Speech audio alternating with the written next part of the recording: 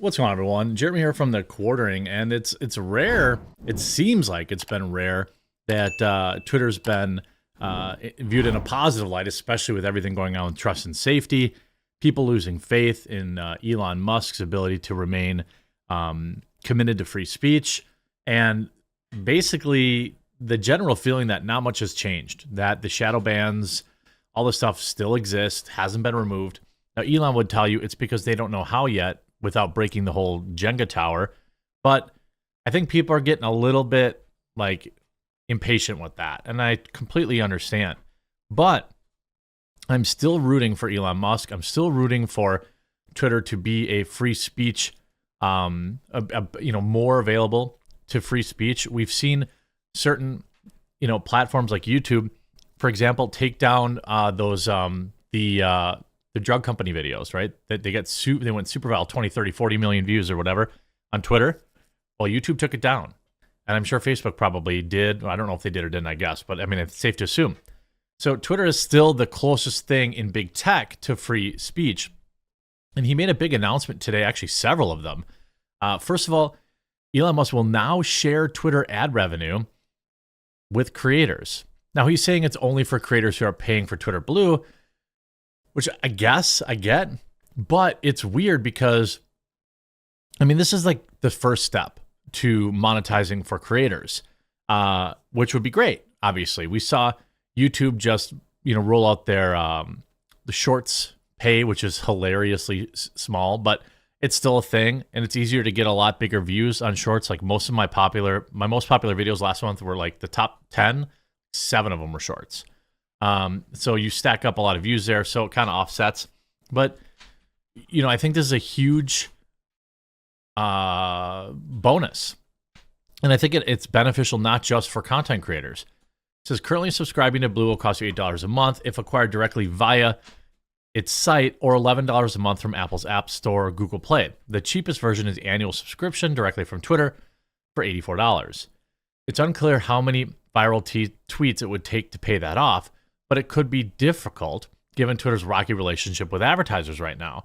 Again, the media just continues to still lie about this. They just signed a massive deal. In fact, let me go over that because it's a thing I was going to talk about later in the video, but like, it isn't that rocky. Like, the dude just closed a deal, huge NFL advertising deal. Twitter Inc. is leveraging the most important night of the year to help it win back a long list of advertisers that ditched the social media platform after Elon's takeover.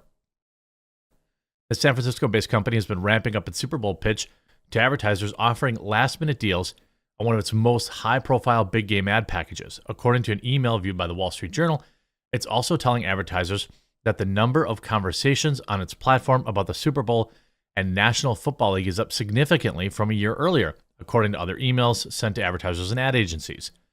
The gridiron matchup might be Twitter's best shot yet to persuade advertisers to return to the platform because it's one of the few times of the year that brands depend heavily on Twitter to help generate buzz.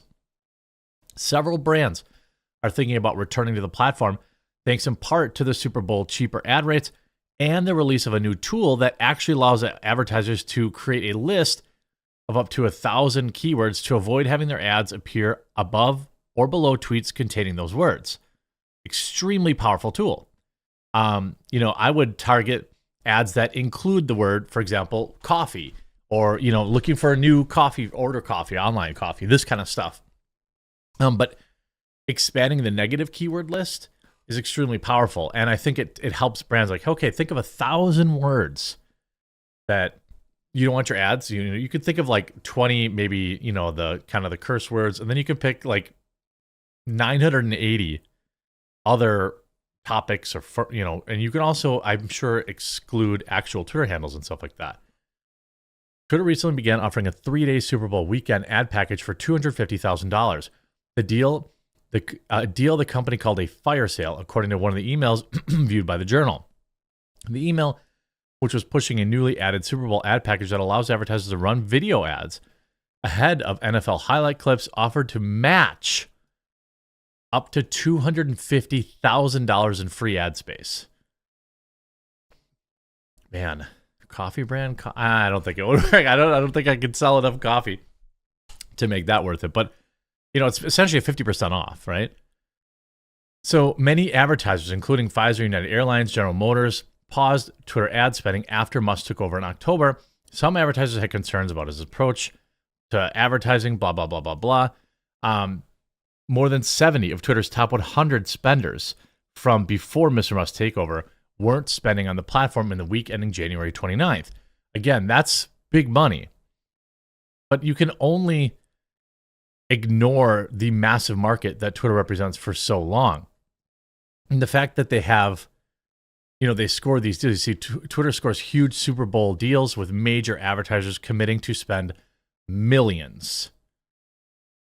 Those deals include major deals with Pepsi, Anheuser-Busch, and more. Super appreciate support of the NFL and major advertisers. Congrats to the Twitter team. And what's going to happen is they're going to get, probably better than average return on the investment because they're going to be paying half.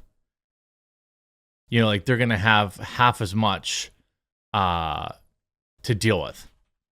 Or I'll be sorry, they'll be paying half, and there'll also be a ton more traffic.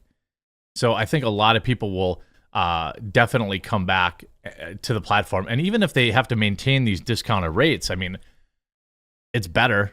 The presumption is they were making money or they're ROI positive before they left Twitter. Obviously, they wouldn't be there if they were losing a ton of money. So now that they get the same access at a much cheaper price, I assume that's a way for them to come back and be reminded that, Twitter is a positive place for their brand. And, it's not what the mainstream media keeps saying. It's also, you see Democrats and Republicans now equally trust Twitter under Elon Musk. Essentially, Republicans trust increased, Democrats decreased, and now there's at the same inflection point or at the same point. So, I think, you have a lot. Getting these advertisers returning to the platform is a huge W, I think. You see Twitter is set to share all ad revenue with creators, censorship, MSM, and then hopefully YouTube. Even reply to this, more to come on this front. This is the paying creators. Twitter needs to be where a creator is most highly rewarded for their time and talent. Well, that's going to be extremely difficult to do when you're competing against TikTok and even YouTube Shorts now, which I think people really felt like, oh, YouTube Shorts isn't going to be a thing. And then it's just a thing now, like it or not. You may not watch them, but I can tell you, my channel, even though they don't pay anything, and they didn't start paying until November, and it's still really, really sad, but it's better than nothing. I use them to get new subscribers. I don't care about the money. You build the brand, and then maybe these are people that can maybe buy my coffee, or maybe they support Meta PCs, or they, whatever the case is. So, it's all high value to do that. And if Twitter became, a place of actual ROI instead of being, wildly ROI negative because it's just such a time suck and there's very little good that comes out of it, that would be an absolute game changer, especially for even really anybody. Because if you're a new content creator, for example, starting out on YouTube, BitChute, Odyssey, or Rumble is daunting. It's still there's still a huge barrier to entry. The smallest barrier to entry seems to be Twitter. Literally anybody can go viral at any moment and build huge followings. And even if you're like a mid-level creator on some platform, the opportunity to earn a few more bucks to be on Twitter, or if Twitter's actually legitimately the best, I just think that's an obvious win. I think that's going to be a huge thing for Elon. So, bringing out, ad revenue, I guess I get why they would say you have to be a Twitter Blue member. I think that's still kind of, why would it just give it to everybody, I suppose? I think this is probably the first step to having ad revenue for essentially YouTubers and short creators, TikTok, Instagram Reels. That's what he wants. He wants them to be publishing their content on Twitter. And if he can share revenue, he'll attract massive creators. And it'll create an opportunity for smaller creators to get some eyeballs on their content.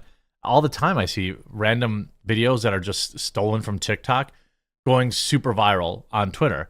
And it's like, well, what if that original creator had a way to monetize their content? It would have been on Twitter first. It might have been on Twitter first. I think that's what Elon's hoping to do. And, I 100% support that. So, I still think, even with the recent sadness, that Twitter is our best, it still has a bright future if Elon can kind of recommit here to, freedom of speech and not having his credibility questioned, by having still questionable people in trust and safety and things of that nature. So we'll have to see how it all shakes out. But I think it's still a big win for Twitter and a big win for Elon. And as a creator, I'm definitely excited with the direction that it's going and hope that it continues to open up more avenues for more creators. And I'm a big fan of more content, not less. So I hope you enjoyed this video. If you did, please do leave a like on it.